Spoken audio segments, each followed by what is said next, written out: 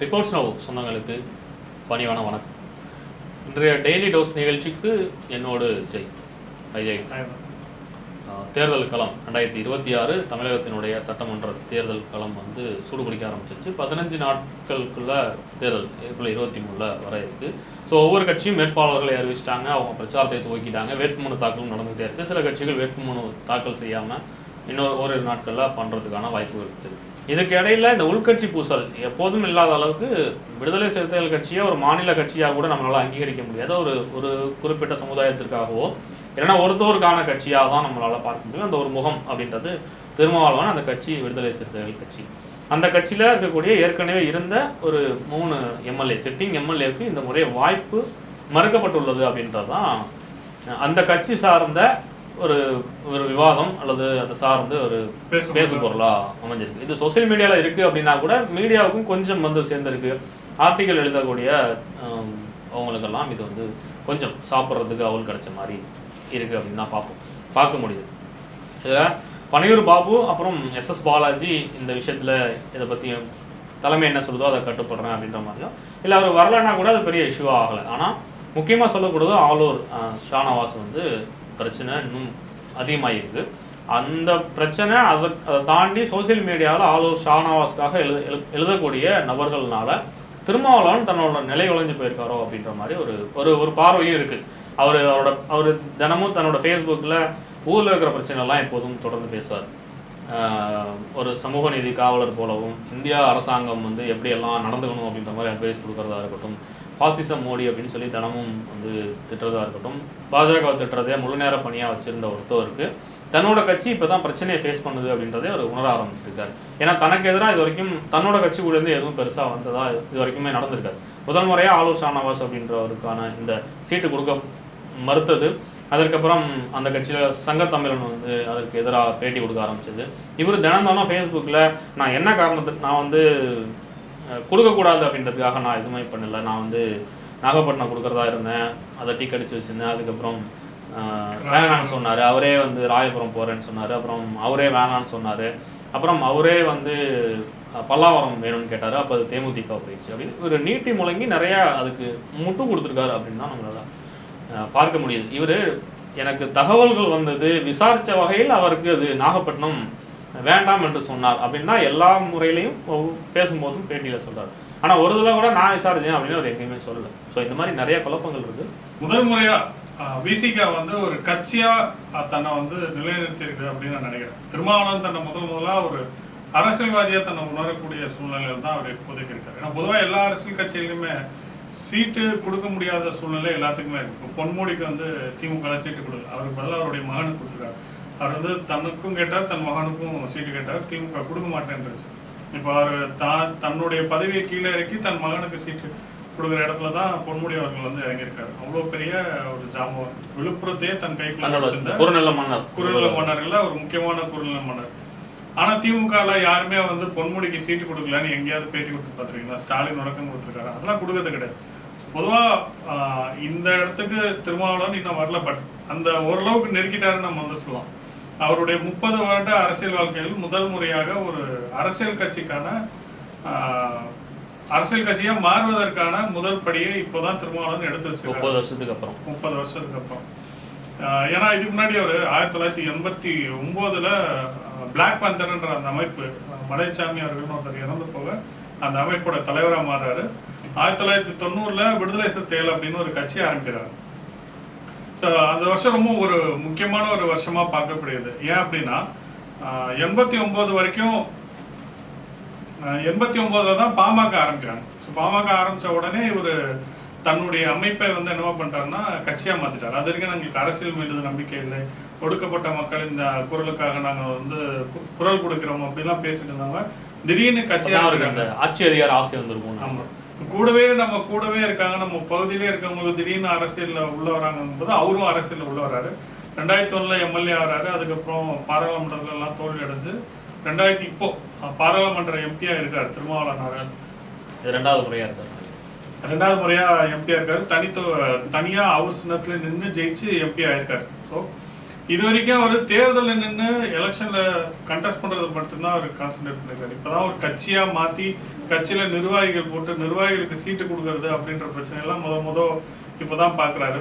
கூடுதலா இந்த தடவை அவர் வந்து தன்னுடைய குடும்பத்துக்கே 2 சீட்டு கொடுத்திருக்காரு. ஸோ இதுவுமே கூடுதலா அரசியல் முதிர்ச்சியோடைய ஒரு வெளிப்பாடா தான் நான் வந்து பாக்குறேன்.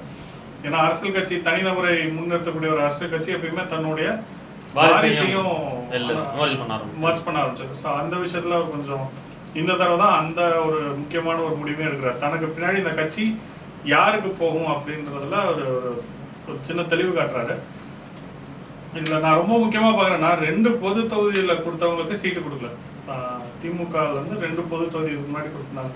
ஆலூர் சானவாஸ்க்கு நாகப்பட்டினமும் திருப்பூர்ல SS பாலாஜி அவர்களுக்கும் கொடுத்தாங்க. 2 பேருமே பொது தொகுதி. இந்த 2 பேர்த்தையுமே அவர் வந்து திருப்பி அங்கீகரிக்கவில்லை அப்படிங்கிறத புரிஞ்சுக்கலாம். இன்னமும் அது வந்து பட்டியல் சமூகத்திற்கான ஒரு கட்சியா இருக்கணும், பட்டியல் சமூகத்திற்கான ஒரு வலிமை பெற்ற ஒரு கட்சியா இருக்கணும்ன்றதுல அவர் ரொம்ப தெளிவா இருக்காரு. அதை பிரேக் பண்ணா அவரோட வாக்கு வங்கி போயிடணும் ஒரு பயம் இருக்கு.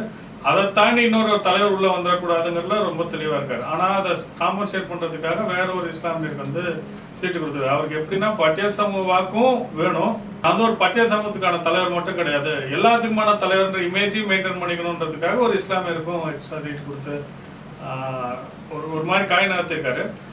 ஆலூர் சானவாஸ்க்கு இப்போ பேட்டி கொடுக்க ஆரம்பிச்சிருக்காரு, திருமாவளவன் பேட்டி கொடுக்க ஆரம்பிச்சிருக்காரு. திருமாவளவனுக்கு ஆதரவாக நிறைய பேர் எழுதுறாங்க, ஆலூர் சானவாஸுக்கு ஆதரவாக நிறைய பேர் எழுதுறாங்க. இந்த மாதிரி இப்போதான் அந்த கட்சி இப்போதான் அது ஒரு கட்சியா மாறுது அப்படின்றத நம்ம பார்க்கலாம். ஆலூர் ஷானவாஸ் வந்து தனக்கு த்ரெட்டன் கூட திருமாவளவன் ஃபீல் பண்ணியிருக்கலாம், பயந்துருக்கலாம்.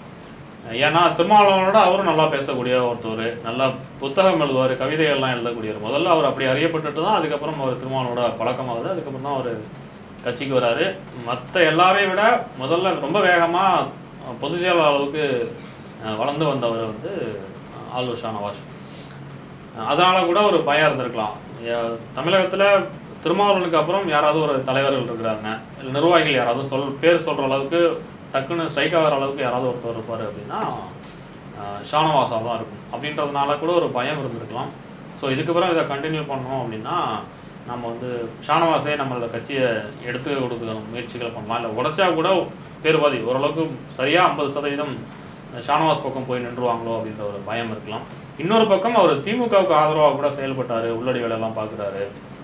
சங்கத்தமிழன் ஒரு இடத்துல பேசும்போது அவரோட பேட்டியில் சொல்லியிருக்காரு, பனையூர் பாபா தவிர மற்ற எல்லா எம்எல்ஏக்களும் முதல்வரோட காலில் விழுந்தவங்க, அதனால அவங்கள பற்றி எல்லாமே தெரியும் அப்படின்ற அளவுக்கு, நான் வார்த்தையை கடுமையாக பேசினாலும் இதெல்லாம் உண்மை அப்படின்ற அளவுக்குலாம் அவர் பேட்டி தருந்தார்.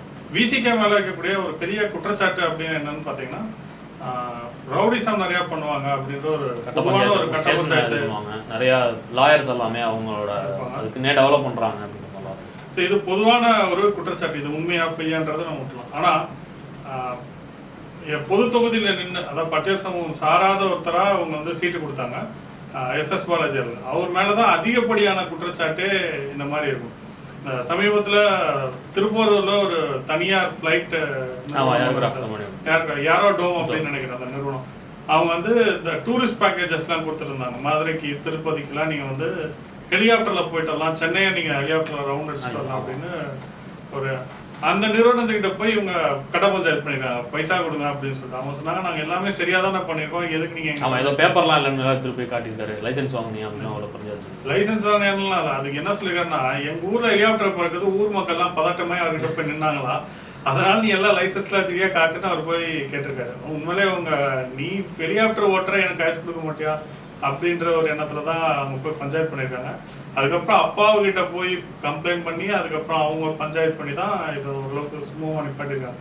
ஸோ பொது வழியில் அவர் மேலே நிறைய கெட்ட பேர் இருக்குங்கிறது ஒரு யதார்த்தமான உண்மை. அவருடைய மனைவி நமக்கு தெரியும், ஷர்மிளா, அவங்க வந்து ஆமாம் ட்விட்டரில் பயங்கரமாக களமாடுவாங்க. விரதம் இருந்து தன் கணவருக்கு இந்த தடவை சீட்டு கிடைக்கணும் வெயிட்டெல்லாம் குறைச்சி முயற்சி பண்ணி பார்த்துருக்காங்க, ஒன்றும் வேலைக்கு அவளை சீட்டு கொடுக்கல. அவங்க வந்து மருத்துவர், டாக்டர் ஷர்மிளா அவங்க வந்து ஒரு மருத்துவர், சீட்டு கிடைக்கல அப்படின்னு முக்கியமாக அவர் மேலே இருக்கக்கூடிய பல புகார்கள் தான் வந்து காரணம். அதனால தான் வந்து சீட்டு கொடுக்கல. அதான் சொன்னேன், திருமாவளவன் வந்து ஒரு அரசு ஒரு காலத்தில் என்டர்டைன் பண்ணிட்டு இருந்தாரு, நீங்கள்லாம் கேஸ் வாங்கணும் இப்படிலாம் இருக்கணும்னு சொன்ன ஒருத்தர் இனிமேல் இந்த மாதிரி எல்லாம் பிரச்சனை வந்துச்சுன்னா நான் உங்களுக்கு சீட்டு தர மாட்டேன் அப்படின்னு கொஞ்சம் மெச்சூராக கொஞ்சம் மெச்சூராக அதான் சொன்னேன்ல, ஒரு அமைப்பா இருந்த மாதிரி இப்போ ஒரு அரசியல்வாதியா மாறி தேர்தலை ஜெயிக்கணும், அப்ப ஜெயிக்கணும்னா ஜெயிக்கிற மாதிரி ஆளுங்களுக்கு நம்ம சீட்டு கொடுக்கணும் அப்படின்றத யோசிக்க ஆரம்பிச்சிருக்காரு. அவரே இந்த தடவை இந்த பேரம் பேசுனதுல அவர் ரொம்ப வருத்தப்பட்டு சொன்னார்னா, கொள்கை ரீதியா மட்டும் இருந்தா பிடிப்பு மட்டும் போதாது, நம்ம அதிக சீட்டு வாங்குறதுக்கு நம்பர்ஸ் காட்டணும், ஜெயிக்கணும், ஜெயிச்சாதான் இவங்க சீட்டு தருவாங்க அப்படின்லாம் பேசுறாங்க அப்படின்னு எனக்கு புரியல. எல்லா கட்சிகளும் ஜெயிக்கிறவங்க தான் சீட்டு கொடுப்பாங்க. இத்தனை வருஷம் கழிச்சு இவருக்கு இப்பதான் இது புரியுது அப்படின்றது தான் ஆச்சரியமான ஒரு விஷயம். பட் இந்த 2 பேருக்கு மேல வைக்கக்கூடிய குற்றச்சாட்டுகளுக்கு சற்றும் சளைப்பில்லாத ஒருவர் யாருன்னு பார்த்தீங்கன்னா வன்னியரசு தான். ஆலோசனை வாசம் மாதிரி டிவியில டிபேட்ல எல்லாத்துலயும் போய் பேசுவார். நேரடியா திமுகவே தாக்கியும் பேசுவார். ஒரு பக்கம் அதையும் பண்ணுவார். இன்னொரு பக்கம் கட்ட பஞ்சாயத்து இந்த மாதிரி விஷயங்கள்ல நம்ம SS பாலாஜிக்கும் குறைவில்லாத ஒரு நபர் தான் நம்மளுடைய வன்னியரசு அவர்கள். ஆனா அவருக்கு சீட்டு மறுக்கல. இதுதான் ஆச்சரியத்துக்குரிய ஒரு விஷயமா இருக்கு. ஏன்னா தன்னுடைய சொந்த சமூகம் அப்படின்றதுனால சீட்டு மறுக்காம அவருக்கு மட்டும் கொடுத்துருக்காரு. யாருக்கு சீட்டு கொடுக்கணும், யாருக்கு சீட்டு கொடுக்க கூடாது அப்படின்றதுல ஜாதிய ரீதியான ஒரு கணக்கும் இருக்குது அப்படின்றத நம்ம ரொம்ப தெளிவா புரிஞ்சுக்க முடியுது. இது என்னதான் இது பொது தளத்துல எல்லாத்துக்குமான கட்சி அப்படின்னு நம்ம சொல்லிக்கிட்டாலும் உள்ளூரா அது வந்து ஒரு பட்டியல் சமூகத்துக்கான கட்சி, அதுவும் பட்டியல் சமூகத்துல ஒரு குறிப்பிட்ட சமூகத்துக்கான கட்சியான அளவுல தான் அவங்க அதை பார்க்குறாங்க. ஏன்னா அதுதான் அவங்களுடைய கோர் ஓட் பேங்காக இருக்குது. அதோடைய வெளிப்பாடு தான் இந்த சீட்டு யாருக்கு கொடுத்துருக்காங்க. சீட்டு தேர்ந்தெடுத்ததுலேயே நிறையா தனித்தொகுதியை தான் எடுத்திருக்காரு. அவருடைய சொந்தத்துக்கும் சீட்டு கொடுத்துருக்காரு.